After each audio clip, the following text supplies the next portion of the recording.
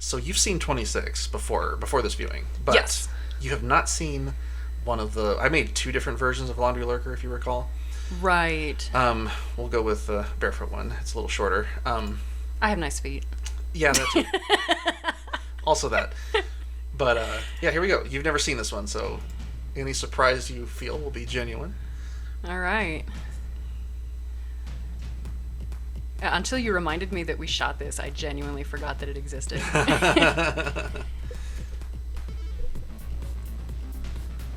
Oh, yep. I remember doing this. You're doing a billion workouts. Yeah. Still got those big calves. Oh, man. Ooh, man! Where are those guns? I need to do more pull-ups, man. I was working out a lot back then, and I'm still working out, but not as, I got like a big girl job now, so like it takes up a lot of time.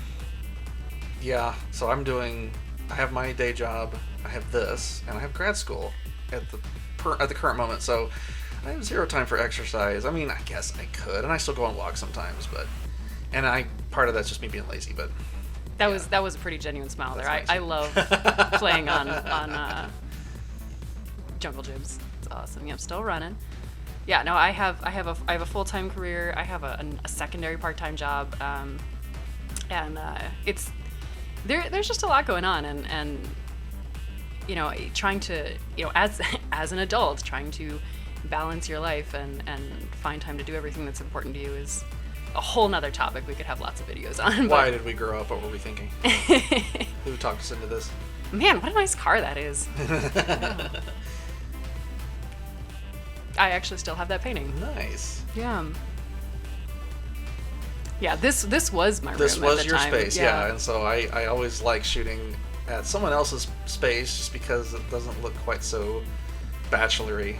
I definitely don't normally have that many clothes piled up. Yeah, I know, it's like... usually bigger. Yeah. Jerk. And like most of those were clean. Like I'm like, hey, can we just pile a bunch of your laundry on the floor? And man, I can't remember if the story asked for the implication that you enter the bed, or if I just thought of that on the spot. I forget, but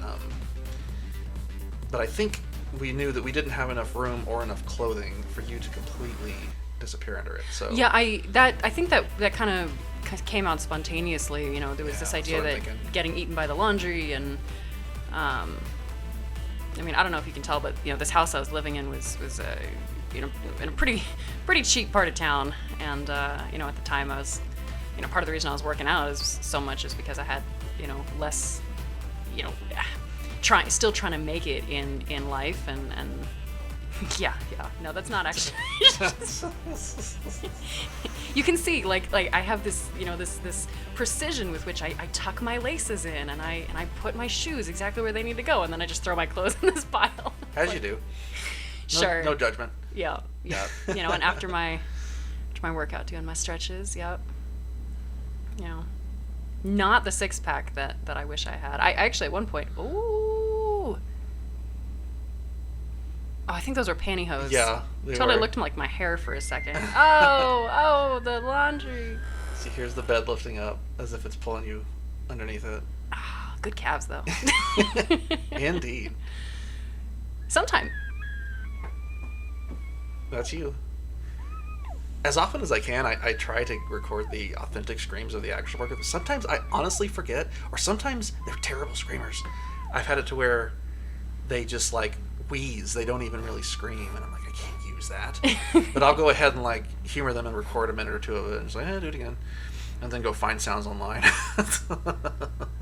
This one being, again, more of a struggle. I was talking to you earlier about how like I have a great sense of humor. I can find almost anything funny, but kind of where I draw my line is rape. I don't think that rape jokes are funny. I don't think that it's funny to laugh about people suffering, and so overall, like this video is because it is a non-consensual consumption. Mm-hmm. It does bother me more than 26. 26 is great. Like I love it. I love how silly it is, and it is very I think it's great that, yeah, it's like, okay, well, it's not expected, but yeah, this is a perfectly consensual thing. And yeah, this one, a little bit less so. Like, in 26, that prolonged eating scene that you asked me about, it's, well, clearly, in that video, the They're having character I'm fun. playing, yeah, like that's a scene of passion, and it's like, we're watching them and they're both happy. In this one, it's a little bit more disturbing because it is non-consensual. So I do have, personally watching that. I mean, again, I know that that's a lot of what the appeal is, and it doesn't really appeal to me in that way. So funny that you say that. The interview we did a couple years back, where we talked about the prevalence of non-consensual subjects in the vore scenes, sparked some discussion, and I was glad it did. And honestly, I'd say that at least with my work and the sort of requests I get, they seem to be blowing more and more in the consensual direction, where it's pointed out in the story that all characters involved want to be doing this, instead of someone being forced to or not. I mean, it's not all different, and I'm not sure it will be or even needs to be, but it is changing, and it's interesting to see, and I can't help but think that our discussion contributed to that. So you saying, like, I'm helping to change the world? You are. You are. It's happening. No, I know. I'm sure that I wasn't the first one to have a scene where it was. I mean, I know that when you were kind of showing me this genre in general, there were plenty of examples where it was a consensual thing. But yeah, I think I was the first one that you had done where it was consensual. I think so, and we were also the first ones to talk about it, to verbalize it, basically.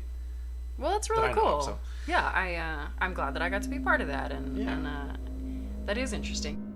So this one was an unintentional series.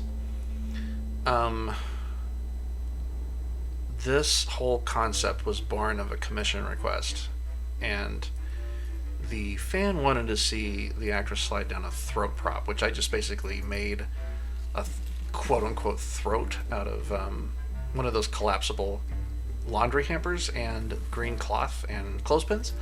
I helped you build that. Yeah, that's right. So I enjoyed... I look so happy sorting shells. I mean, who doesn't? That smile, like...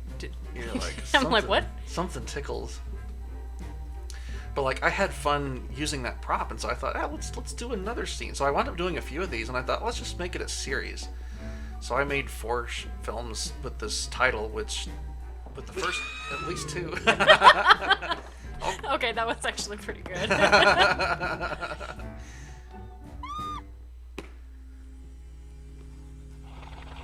This is pretty good, actually. I'm impressed. It looks a lot more realistic than the 26 one, in some cases. We cut away so the shoes can disappear. So like, rather than get out of there though, you're gonna try to go for that knife again. It's about to juke you. Going around the table. That poor plant. Oh, it's so beat up. That's why I got the new one. Man, my hair is so much shorter, you can see.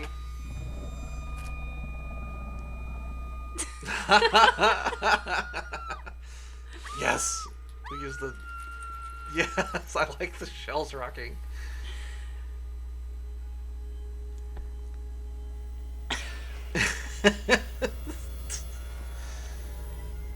And it's interesting, again, talking about this idea of consent, like, I mean, obviously this one isn't consensual, but yeah, I could have run away, but instead I chose, I took the gamble to try to attack it, and I lost, which does change it, Okay. in viewing it and thinking about it.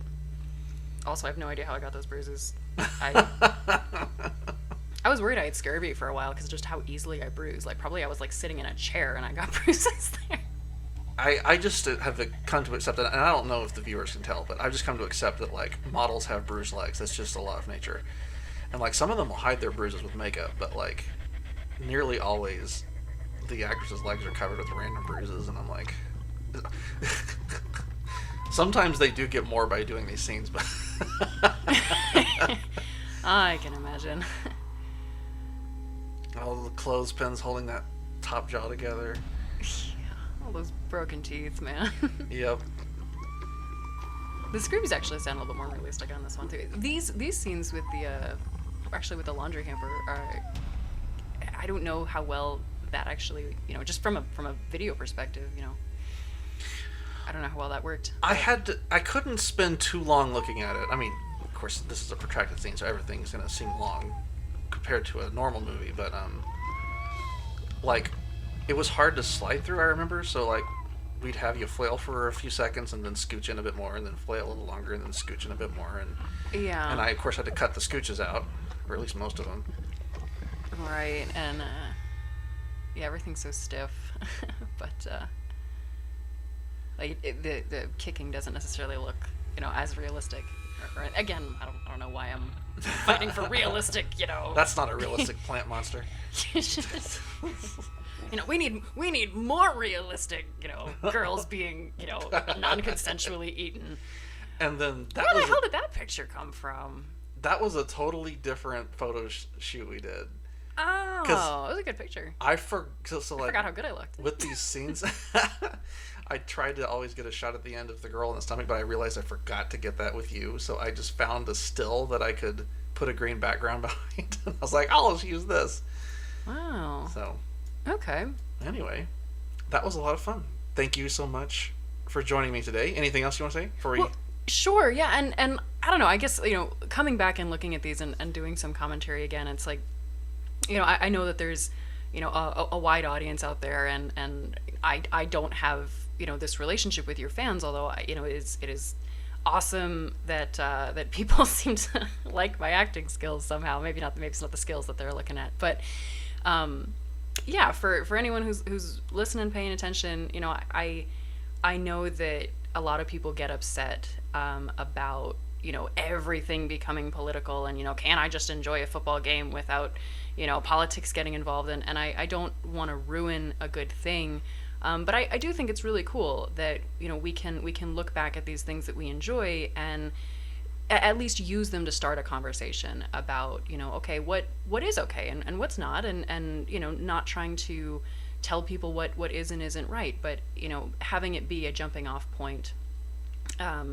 to encourage us to think more, be more critical, really cool. Consumers, right? And especially as someone who like I said, I'm in a better place now. I finally have my big girl job. I'm doing better things in the world. This is definitely one of the odder things that I have ever done for money.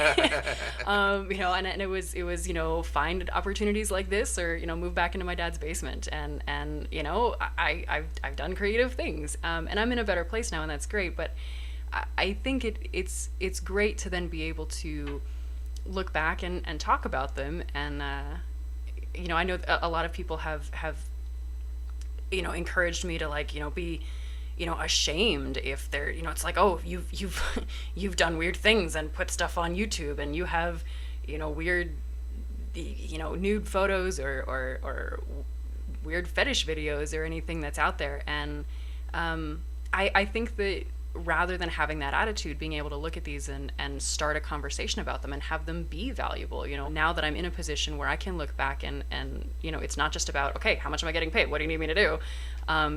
Being able to look at it and say, yeah, this is kind of the direction that, if we're going to do another video, I like the more cerebral, I like the more making you think kind of videos, that I think yeah, like you said, kind of have the ability to change the conversation slightly, and I do hope that as people are continuing to enjoy the things that they enjoy, we can slowly shift that attitude and conversation toward things that are thoughtful and positive.